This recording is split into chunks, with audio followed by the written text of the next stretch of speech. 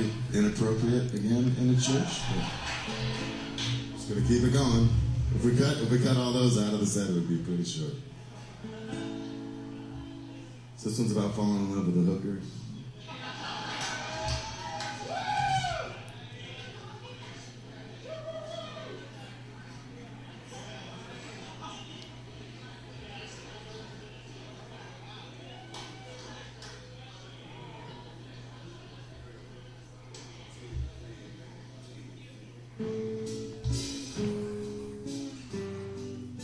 Hello, and welcome to the Online Strength Coach Podcast, episode 61, Dealing with Elbow Tendonitis.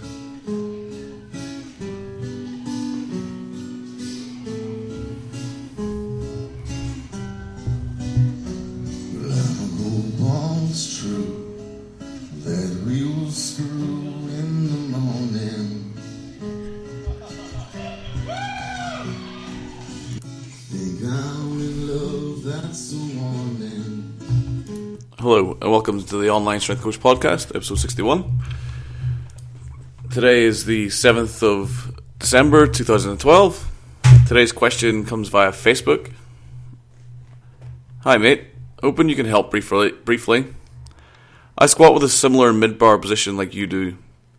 I grip the bar as tight as possible, with the middle finger around the rings. When peaking for a comp, I get elbow tendonitis, and it only gets better by using high bar. UI tips to avoid this. I gave thumbless grip a short run with not much difference. Any help would be appreciated. Thanks. Thanks for the question. So, what you're probably experiencing is a lack of flexibility somewhere. Probably in your shoulders. Well, there's one of two things. The first one's the easiest one to remedy, is if you hold the bar too far down on your back. So a lot of people, when they see a low bar squat, will assume that the bar needs to go down kind of towards the scapula, and that basically just means you're holding the bar too far down your back. And what's happening there is you're taking a lot of the weight of the bar through your upper body. So you'll see some lifters like to use wrist wraps when they squat. This will normally be due to them feeling the sensation of taking a lot of pressure through their wrists. This comes from holding quite a low bar position. Basically, when you take a lower bar position, or what I would probably say would be too much of a lower bar position, the bar will roll down your back as you squat. And obviously what's stopping the bar rolling down your back when you squat is your arms. And specifically, your arms. Your wrists and your elbows will take a beating when you squat like this. So you'll find people who go through, maybe they go through a large volume phase, or they go through like an intensive training cycle with a low bar position, or what might be seen as a low bar position, or typically what's referred to as a low bar position. The arms take a hell of a beating, and that's a technical fault as far as I'm concerned. There's no real need to put the bar that far down, because all it does is it encourages excessive trunk lean and makes getting deep obtusely difficult. Where you really want to put the bar is you want to put it on the subscap ridge. So that's basically just the top of your scapula. It's a bony landmark on the shoulders.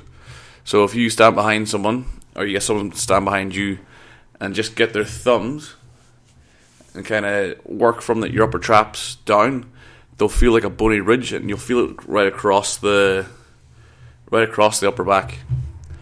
That landmark right there is probably the lowest position you could get the bar, and without having it roll down. If you manage to get the bar there, the bar should nestle in there quite nicely, and it shouldn't roll about when you're squatting, especially if you use a good powerlifting bar that has a nice deep knurling on it. I owe that tip to Big Ali.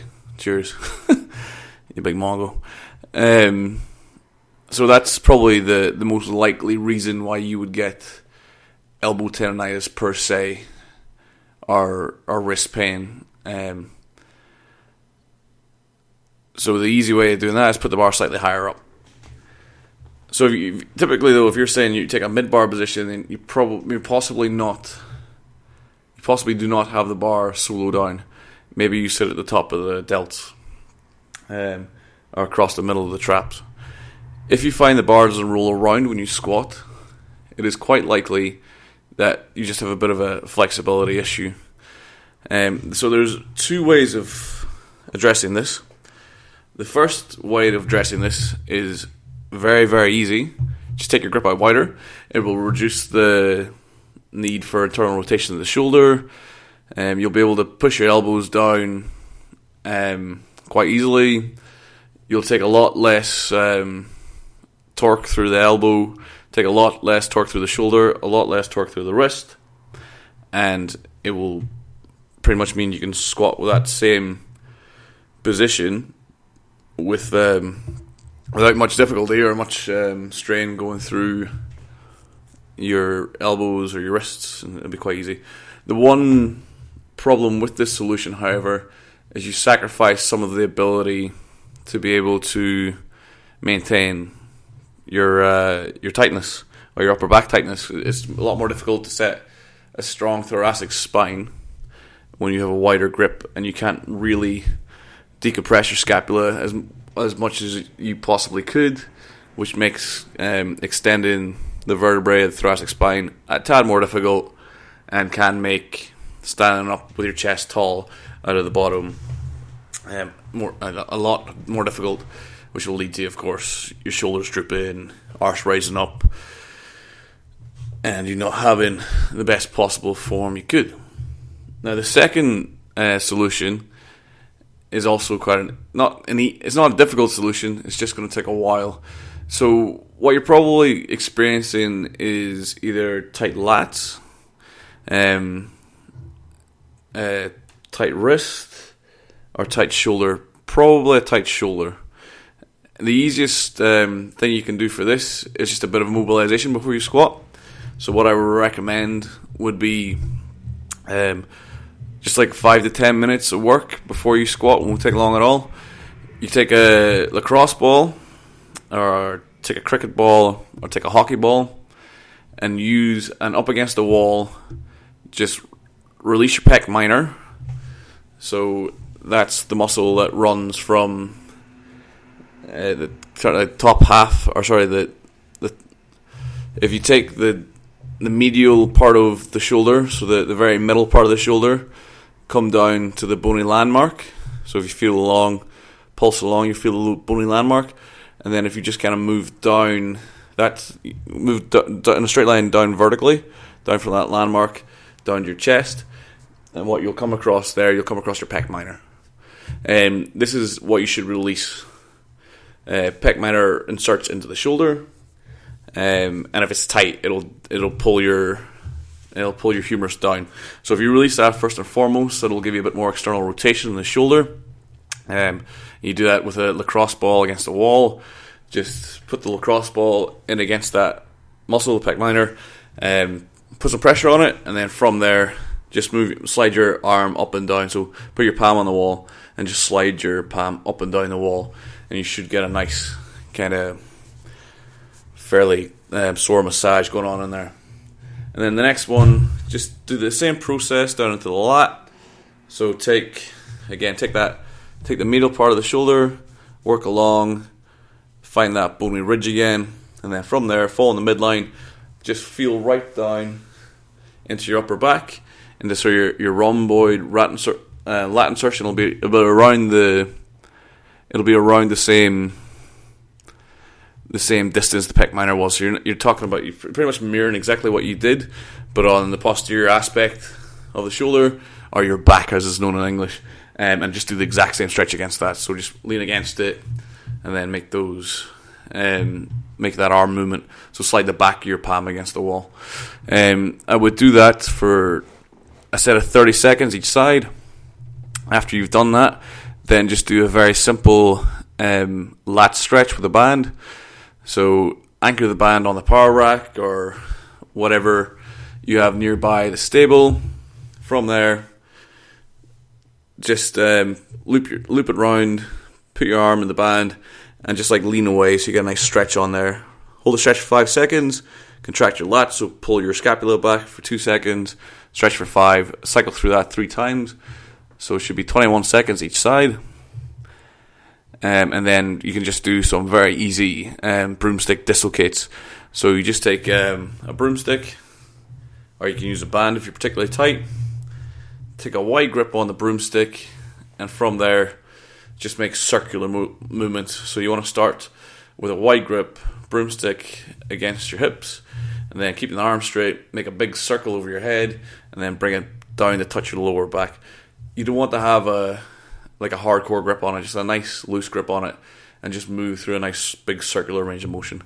Do 3 of those, take your grip in hand space, 3, and just repeat that process until you get a part where it's sticky or you find it difficult to complete a full circle, and then that's you're done with that stretch. You cycle through 3 of those, should take about 5 to 7 minutes, and you should find that after that your rotation in the shoulder is much better, and you should find it a lot less trouble to hold that squat position.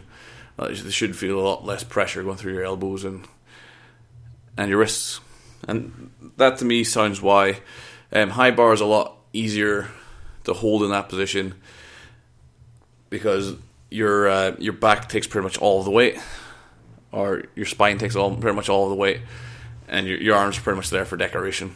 Whereas you come into more of a not a low bar, but as you say, a mid bar or correct technique for a powerlifting squat, and you will feel some kind of shoulder, elbow, wrist involvement. And as previously discussed, that's why some people feel the need for wrist wraps and elbow sleeves when they squat.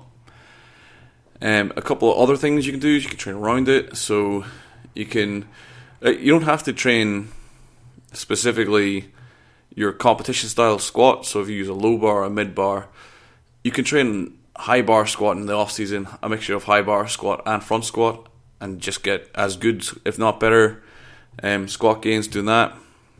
You can use safety squat bars, you can use cambered bars, basically all of these kind of bars, so the safety squat bar, the cambered bar, and the buffalo bar, they're designed to stop fat bastards getting sore wrists and shoulders, because they're too fat and flexible to use a proper bar all year round. So they use the variation of bars because number one, west side, but mainly because they're too fat and flexible to actually hold a proper position all year round and not get elbow, shoulder, and wrist problems. Okay, hope that's answered your questions. Again, very good question. Really like that kind of content, the practical based content. Really should be a video, so maybe it's something I may address. It probably will be something actually I will address in a video format. Cause a lot of things like the band stretches and stuff like that, that although it's good for me, it's good for my communication skills to communicate that via the medium of audio and not the medium of dance. It's probably better shown, because you can pick up a lot of things a lot easier via video on this sort of topic. But yeah, really great question. Loving the practical kind of questions, because I feel people will find this sort of content a lot more useful than me talking about daily undulating periodization versus whatever other buzzword or sciencey word, or talking about meta-analysis or review. Because at the end of the day, it's only relevant to a couple of people in the real world. Doesn't mean jack shit, really. Okay. Any questions? You can catch me on Facebook. Cast Iron Strength is the Facebook group, or Natty Gains, my personal Facebook. If you're a weirdo, I won't add you. Email speedpowerperformance@gmail.com. Of course, you can leave a comment on the YouTube section. Please like and subscribe. Share this episode with your pals. And I'll hopefully catch you again this week for another episode of the Online Strength Coach Podcast. Thank you very much for listening. I'll leave you some more White Buffalo. Lay 50 down for one more round. It's all I'm holding. When that time is up. Well, it's not enough, I must be going.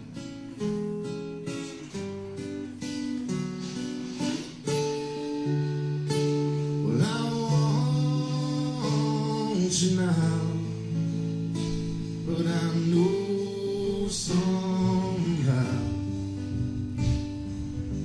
I'll walk your streets again.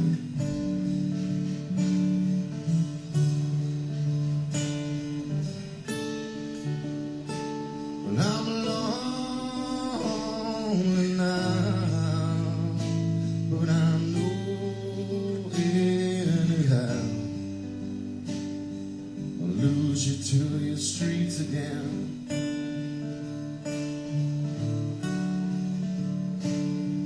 Well, it's 10 to 2, I'm searching for you, that's the story. Street lamps are out, lurking about, it makes me worry.